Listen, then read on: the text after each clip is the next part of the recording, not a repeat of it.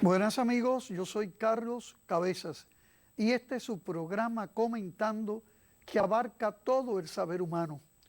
En el día de hoy tenemos a la doctora Cristina Baghinotti, como todos los meses, y el tema que nos va a presentar es un tema muy interesante.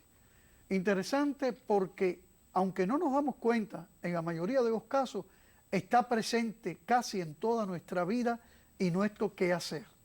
Es indiscutiblemente un tema que tiene que ver mucho con la psicología humana, la sugestión. Cristina Baghinotti.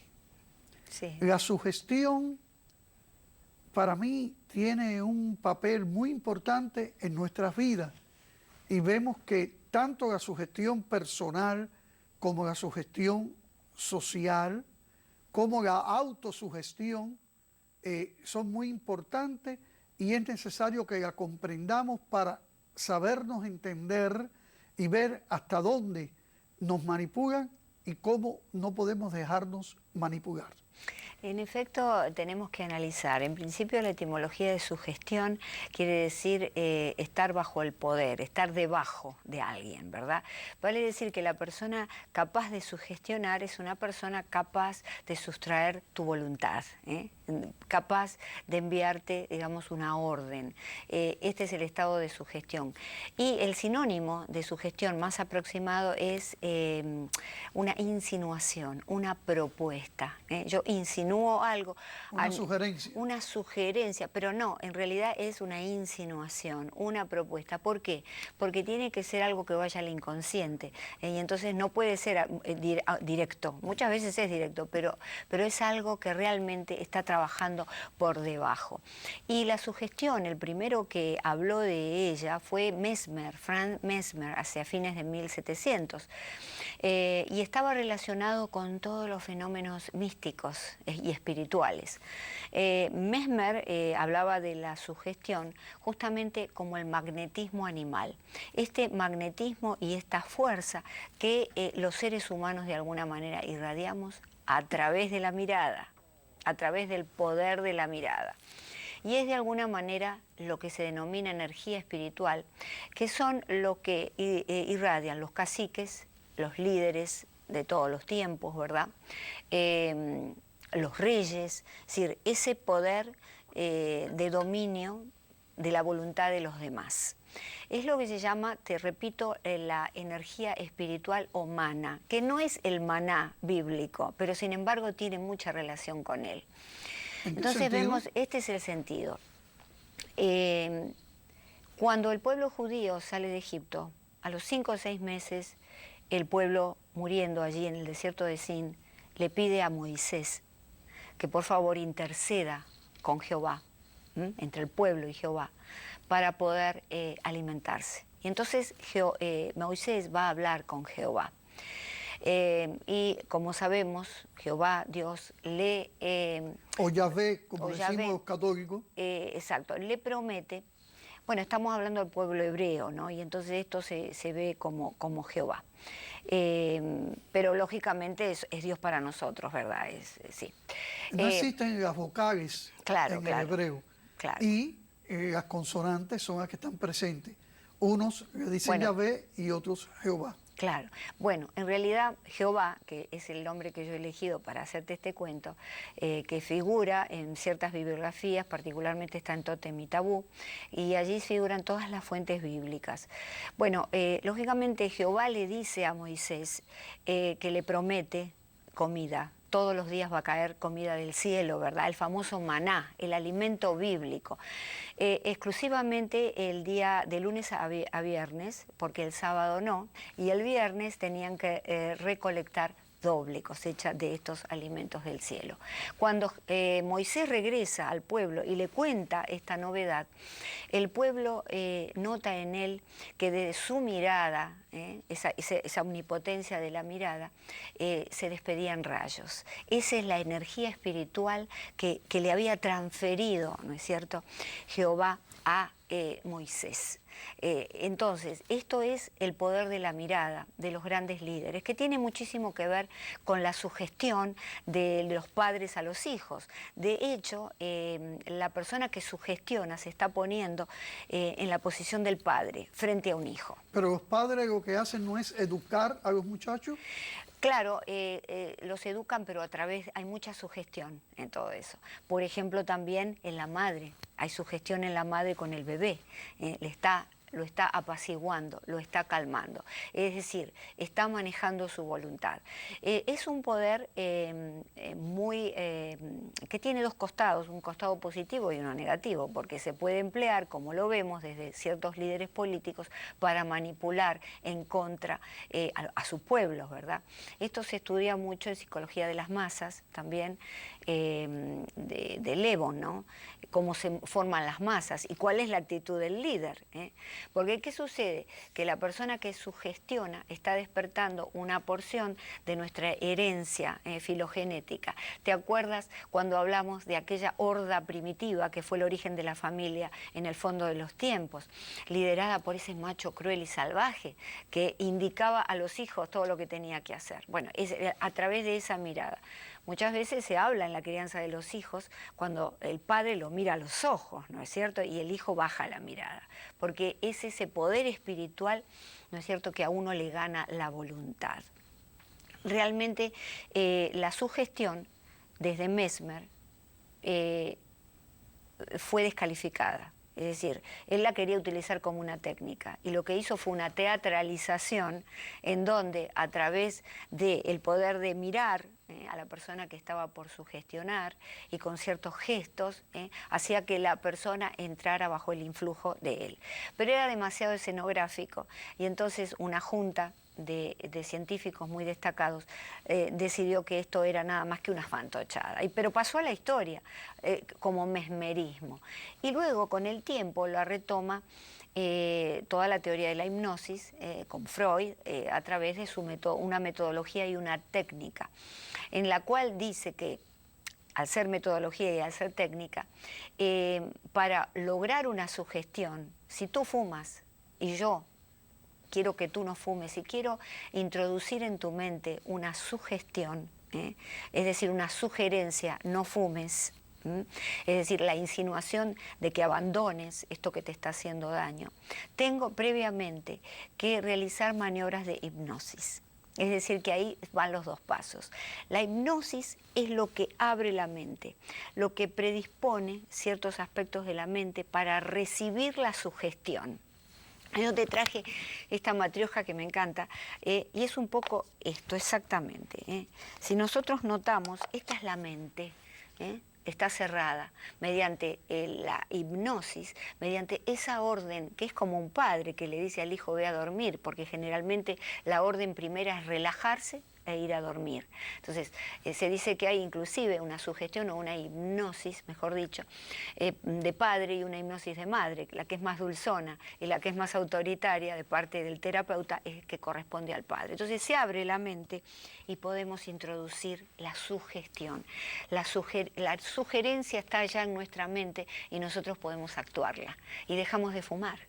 Este sería un ejemplo, digamos, muy Pero elemental. por lo general, cuando se busca la hipnosis, la función no es ver qué es lo que hay en el yo profundo del individuo, y en este caso lo estás explicando que es introducir una sugestión para lograr el fin que persigue el hipnotizador. No el hipnotizador, sino la persona que va a terapia con una adicción, por ejemplo, alcoholismo, toda clase de adicciones.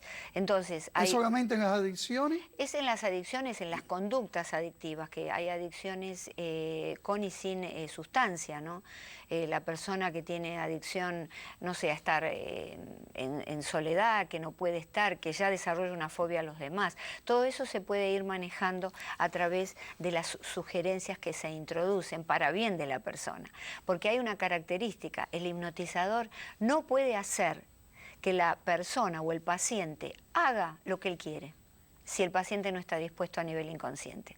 Es decir, que la manipulación a nivel de la hipnosis no puede llegar a ser muy completa, El hipnotizador no puede hacer lo que se le da la gana con su paciente, pero sí lo beneficia desde el punto de vista de poder, y de hecho... ¿Y qué es lo que no permite, lo que le permite al paciente? Sí. No dejarse manipular, ¿es su libertad? Es claro, hay algo en su inconsciente, algo en su super yo, por ejemplo, que es la parte de la mente donde están todas las censuras y todas las prohibiciones, lo que no podemos hacer. Que si la persona, el hipnotizador, por ejemplo, como ha ocurrido en algunos casos, ha intentado abusar de una mujer que ha querido hipnotizar, en el caso... que realmente el super yo o la prohibición de eso es muy fuerte, la persona puede decir que no. La persona puede, aunque está en estado hipnótico, decir que no. Es decir, que hay un límite a la omnipotencia del hipnotizador, pero que lo maneja mucho con la mirada. De ahí viene esta energía, el mana, no el maná, sino el mana, la energía espiritual. Bueno, ¿cómo en un momento el hipnotizador puede influenciar en la voluntad de la persona y en otro no? La persona se defiende buscando su libre albedrío. Claro, se defiende porque internamente tiene una prohibición muy clara y no va a realizar lo que el hipnotizador le pide. Es decir, uno no puede hacer que una persona se suicide si no es una persona deprimida, si es una persona que tiene bien claro que ama la vida y que no está de acuerdo con eso, ¿no? Con la autodestrucción. La sugestión no acaba con la maldad que hay dentro del ser humano. Sería ideal que esto sucediera, pero en muchos casos la maldad también está muy acendrada, está muy estructurada en ciertos individuos. De hecho, por ejemplo, los grandes sugestionadores de la historia, ¿no? Grandes líderes que han sido líderes tiránicos, han logrado sugestionar, poniéndose en el lugar del padre y a través de la omnipotencia de la mirada, ¿verdad? Han logrado sugestionar a masas, a pueblos completos. Siendo proveedores. Siendo proveedores. Claro, es el padre que viene y dice, yo les soluciono todo, solo tienen que seguirme, solo tienen que hacer lo que yo les pido. ¿Qué es lo que hace el padre con el hijo cuando le provee en los primeros años todo, ¿no? Y entonces el niño está tranquilo. Hay un fenómeno y un regreso a la infancia, ¿no? de los pueblos que se dejan llevar. Es un regreso inconsciente desde ya, ¿no? Pero es interesante saberlo para poder trabajarlo. En este punto voy a hacer un alto para comunicarte algo que a mí siempre me sorprendió mucho. Es un factor histórico que llevó Shakespeare al libro, a la escritura, en su obra de Julio César. Después que matan a César en el Senado, Brutus sale a la calle y la multitud está aclamando a César. Y Brutus le dice a la juventud que César es muy bueno, que él quería mucho a César, que más que él, imposible que alguien lo pudiera querer, pero que él quería más al pueblo. Y que César quería convertirse en un dictador y esclavizar al pueblo, y que por eso tuvieron que matarlo. La multitud se quedó callada en silencio y empezó a aclamar a Brutus de buenas a primeras, después de haber aclamado a César con anterioridad. Claro. Marco Antonio escucha todo esto y le pide permiso a Brutus para hablar al pueblo. Y Brutus, como tenía controlado al pueblo, lo deja y se marcha. Y Marco Antonio dice, Brutus es un hombre honorable y por lo tanto tengo que creer que César quería ser dictador. Pero yo no sé cómo César quiso ser dictador si él renunció a la corona que yo mismo le ofrecí en 3 ocasiones.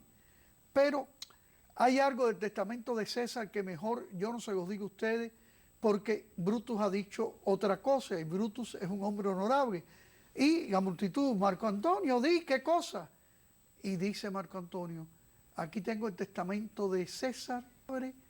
Dice, César le ha dejado 75 monedas, no recuerdo ahora cómo se llamaba, a cada ciudadano romano. Y también ha dejado sus propiedades para que sean parques donde ustedes puedan disfrutar. Y esa multitud cambió por completo y empezó a aclamar a Marco Antonio. O sea, Brutus presentó una sugestión económica y Marco Antonio presentó una sugestión, Bruto una sugestión política y Marco Antonio presentó una sugestión económica. El pueblo cambia.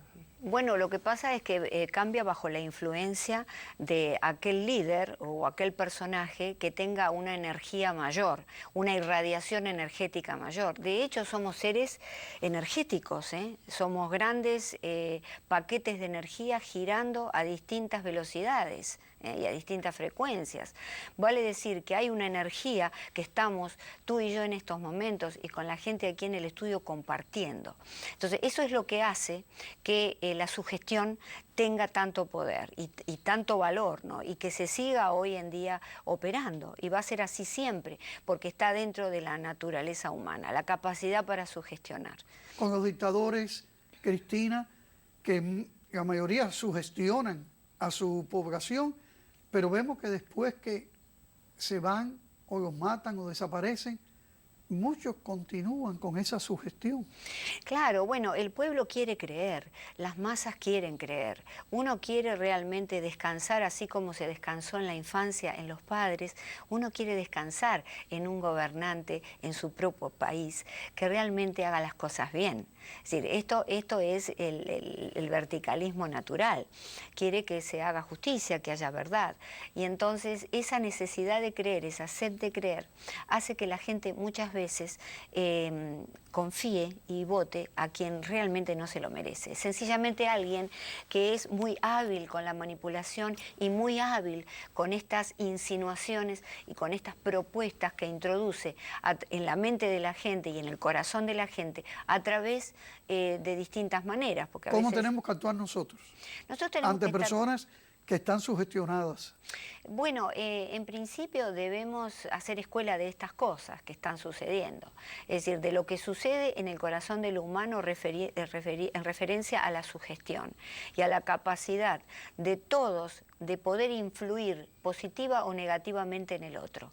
¿Por qué? Por esta energía que compartimos, particularmente a través de la mirada, a través de las palabras. Pero muchas veces ni siquiera es la palabra, porque la sugestión no utiliza en realidad demasiadas palabras, ¿no es cierto? Es nada más que depende de cómo y de qué manera se enuncia, digamos, esa frase. ¿Y con qué fuerza? ¿Y con qué fuerza? ¿Y cómo se utiliza la mirada, el cuerpo, ¿no? El aproximamiento a la otra persona? Y en el sentido contrario, cuando lo utilizamos para dar lástima, para que crean en nosotros, no hablamos con fortaleza, sino más bien muy sencillo y casi lloramos. Y casi lloramos. Bueno, eso también es una manera de sugestionar.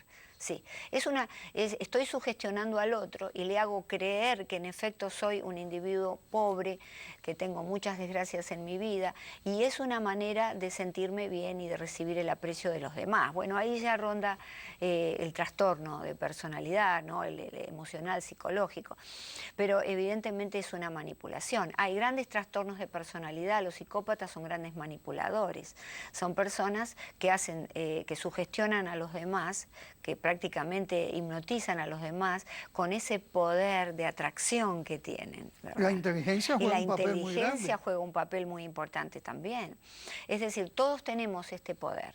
El tema es cómo lo aplicamos. Por supuesto que desde el punto de vista de la técnica y la metodología se aplica a propósito, como una terapia para que positiva, para aquellos que realmente padecen de conductas adictivas, puedan de alguna manera superarlas, ¿verdad? Pero también la sugestión, y ya en su versión más antigua, en la época de Mesmer, estaba considerada como la capacidad para curar a los demás y para autocurarse. Qué increíble. Vale decir que es cierto, y te voy a contar una anécdota. Una amiga mía de mucho tiempo, hace muchísimo tiempo, me dijo, en mi casa nadie se enfermaba porque mi mamá iba por la casa diciendo desde que éramos chicos, en esta casa nadie se enferma. Y esto es una realidad, y yo apliqué esta frase de mi gran amiga. Pero se reprime. No, en esta casa nadie se enferma porque es el poder de la sugestión. Yo estoy colocando en el corazón y en la mente de aquellos que amo una sugestión. No permito la entrada de la enfermedad en esta casa. Pero te quiero decir, reprime entonces cuando hay dolor, cuando se siente físicamente mal la persona. Eso se puede manifestar. Está mandándole al inconsciente, porque tú sabes que las enfermedades, cuando se generan, en principio está el factor inmunológico. El sistema inmunológico decae, ya no tiene fuerza, ingresa cualquier virus, cualquier bacteria. Pero ¿por qué el sistema inmunológico decae? Toda enfermedad nace también en un problema psicológico, en un problema emocional. Cuando estamos muy mal, cuando nos pasa una desgracia, nuestro sistema inmunológico cae inmediatamente, ¿verdad? Entonces ahí es donde penetra la enfermedad. Estas familias enteras que dicen salgo de una y me meto en otra, salgo de una enfermedad y adquiero otra, es porque hay algo no resuelto a nivel del grupo familiar, sistémicamente, o a nivel individual. El individuo, esa persona de la familia que siempre se enferma, que está siendo el síntoma de una familia que padece un problema. ¿Cómo ocurre la autosugestión? La autosugestión es muy importante utilizarla. Por ejemplo, cuando nos ocurre una desgracia, nos abandonan y estamos solos. Esto es muy común en estas sociedades, nos sentimos solos. Pero vamos a ver un ejemplo concreto, ¿no? Una persona que se queda en un accidente y ha perdido su familia. Y entonces la autosugestión es decir, yo no estoy solo, me tengo a mí mismo. Yo puedo, porque soy una persona sana, que voy a superar esta gran desgracia luego del duelo que tengo que pasar necesariamente. Es decir, hablarme, yo soy fuerte y yo voy a poder salir adelante. Y repetirse esto habitualmente. Y entonces ingresa también en nuestra mente. Repetirlo, por supuesto, con un sentimiento, ¿no? Con una necesidad de que así sea, no mecánicamente. Pero la autosugestión sucede. Y hay gente que es muy poderosa con las autosugestiones y con las sugestiones al grupo familiar o donde vive. Hay gente que tiene una energía realmente fuerte. ¿Por qué? Porque en ella conviven aparte una serie de características físicas. Es una persona atractiva, es una persona inteligente, es una persona que tiene ciertas características y entonces se da como el paquete completo y entonces puede ejercer influencia sobre los demás. Cristina, yo creo en los milagros, pero creo más aún en que es un milagro que ocurra un milagro. O sea, no es algo que se dé todos los días, es muy esporádico, pero cuando Dios lo hace es porque quiere manifestar algo. Me pregunto, desde el punto de vista psicológico, ¿no hay sugestión en los milagros? Sin duda, hay mucho de sugestión y has tocado un punto muy interesante y muy inteligente. Existe sugestión en ese tipo de fenómenos. Ha habido casos de personas declaradas con un cáncer en un estadio elevado, digamos, que ha decidido cambiar y revertir ese diagnóstico, ¿verdad? Y comenzar una vida en donde no pensaba en esto, sino que además era una vida feliz, una vida en salud, como si no tuviera la enfermedad. Y entonces, toda esta set of mind, esta mente puesta, este estado mental diferente, ¿no? Es lo que finalmente ha hecho, y en algunos casos registrado, sin duda, la remisión del cáncer y de algunas otras enfermedades. El poder de la mente es irrestricto. Lo que pasa que aún no la hemos explorado en toda su magnitud y su poder. Pero es verdad, se puede uno autosugestionar. En este caso, la sugestión estaría relacionada con ese milagro. Quiero hacer una aclaración. No vayan ustedes a dejar ahora sus medicamentos, sus tratamientos ante enfermedades que estén padeciendo. Sin duda. Lo que estamos diciendo son casos extremos en los cuales puede existir este tipo de cosas, sí. Pero acuda a su médico, acuda a sus tratamientos, que por algo Dios les dio inteligencia a ellos. No, yo estaba hablando de que esta era una técnica, por supuesto, lateral al tratamiento. Continúan con el tratamiento, no es que se sientan en la casa, sino que continúan con su tratamiento, pero al mismo tiempo cambian todo su estado mental. Se deciden a estar curados, se deciden a que son individuos con fuerza. Es muy importante porque todo es multifactorial. Está la medicación, está la familia que apoya, está la condición mental de la persona que padece la enfermedad. Todo es integrado. No hay una sola causa ni una sola solución. No sé, ahora se me ocurre pensar que conocí a muchos campesinos que actuaban de esa forma. No, a mí, yo no tengo problema con enfermedades, a mí no me entra. Bueno, y que adquirían una actitud de esta índole. ¿Es típico del campesino por el contacto con la tierra? No, en muchos casos es... Bueno, yo te voy a decir algo, yo hace 10 años que no tengo nada. Es decir, y mi familia, bueno, tampoco, ¿no? Que no tenemos enfermedades. ¿Pero por qué? Porque el estado mental es un estado mental de cierta fortaleza. Es decir, yo voy a salir adelante, yo estoy bien, no me pasa nada. Tiene mucho que ver la mente. Es decir, la medicina mente-cuerpo es la medicina que se debe aplicar, no el cuerpo solo. Mente sana en cuerpo sano. Bueno, claro, mente sana en cuerpo sano. Esto es una máxima, ¿verdad? Una máxima romana que en efecto se debe aplicar. La mente tiene que estar limpia, ¿no? En lo posible, porque somos seres falibles, ¿no? Y todos nos avasallan los pensamientos negativos en algún momento. Pero cuando vienen a decir, no, esto no es para mí, esto yo lo rechazo porque yo soy un individuo en felicidad. Claro que hay que estar en felicidad, sin duda. Por ejemplo, la depresión, que es una enfermedad que desde mi punto de vista es la epidemia de esta época, ¿no? Que transcurre, que cobra por año 1 millón de muertos en todo el mundo. Es decir, es una enfermedad que por supuesto puede ser pasible de ser tratada con medicamentos, pero que también el estado mental es muy importante, la familia es muy importante, la alimentación, estar más cerca. En la depresión tenemos que estar todos más cerca unos de otros, porque esta sociedad genera individuos con mayor recurrencia de enfermedades como la depresión o trastornos psicológicos. Pero las personas que rodean al deprimido lo que hacen es embarcarlo, porque transmiten su gestión, es verdad lo que te está pasando. Claro, bueno, ahí está. Esto es lo que... no, es que muchas veces la misma familia se sienten víctimas en lugar de sentirse victoriosos. Y eso es el consejo. Hay que ser victorioso y no víctima. Es decir, victorioso, yo voy a salir adelante, a pesar de los obstáculos. Esto no quiere decir una visión naif, inocente, en el que no voy a tener nunca nada. Claro, algo voy a tener, pero como yo ya estoy muy bien preparado mentalmente, eso no va a ser tan impactante. Y la familia no sentirse víctima también, sino victorioso. Te vamos a ayudar, todos estamos contigo.